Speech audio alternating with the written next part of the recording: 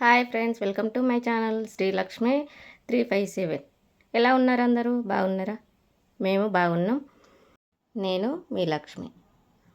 ఆలు మసాలా కూర ఎలా చేసుడో చూద్దామా? ముందుగా ఈ వీడియో చివరి వరకు చూడండి. ఎలా చేసిందన్నది అబ్జర్వ్ చేసి మీరు కూడా ట్రై చేయండి. చాలా బాగుంటుంది. ముందుగా నేను చిన్న చిన్న ఆలు తీసుకున్న, చిన్నగా ఉండాలి. కోడిగుడ్డు కంటే ఇంకా చిన్నగా ఉండాలి. చూడండి, ఈ సైజులో తీసుకున్న నేను. తీసుకొని ఉడకబెట్టుకొని ఒక గిన్నెలోకి తీసి పక్కకెట్టేసుకోవాలి. చాలా బాగుంటుంది ఈ కూర. మీరు కూడా ట్రై చేయండి ఒకసారి. ఇంకో గిన్నె పెట్టుకొని అందులో పల్లీలు వేసి కాస్త దూరగా వేపుకోవాలి. అవి ఒక గిన్నెలోకి తీసుకోవాలి.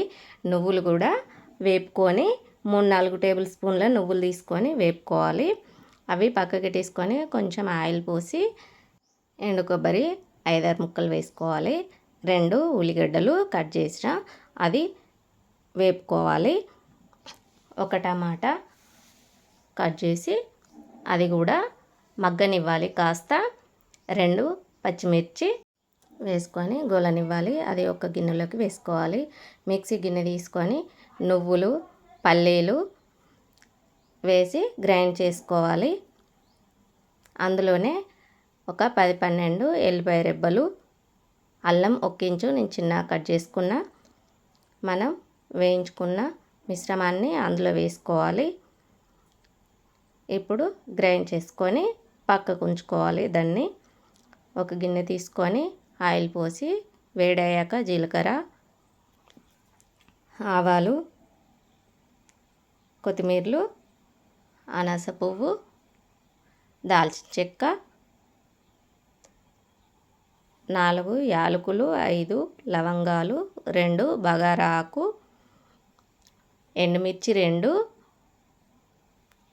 కళ్యామాకు 2-3 రెబ్బలు వేసి వాటిని కాస్త గోలనివ్వాలి. గోలిన తర్వాత తగినంత పసుపు వేసుకోవాలి.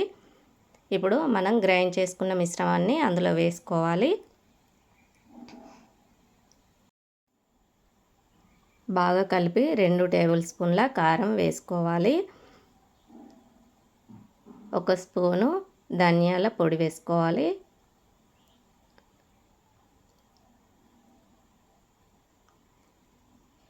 ఒక స్పూను గరం మసాలా, తగినంత ఉప్పు, కొన్ని చింతపండు రసం వేసుకోవాలి. బాగా కలపాలి. అది కాస్త ఉడకంగానే మనం ఆలు ఉడకబెట్టుకున్న ఆలు ఉన్నాయి కదా, అవి అందులో వేసుకోవాలి. ఒక 5 నిమిషాలు ఉడకనివ్వాలి.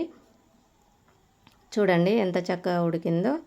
ఇప్పుడు కొత్తిమీర ఆకు వేసుకొని దించేసుకోవడమే. మీకు ఈ వీడియో కనుక నచ్చితే లైక్ చేయండి, షేర్ చేయండి, సబ్స్క్రైబ్ చేసుకోండి ఫ్రెండ్స్. అన్నంలోకైనా చపాతీకైనా చాలా బాగుంటుంది. మీరు కూడా ట్రై చేయండి.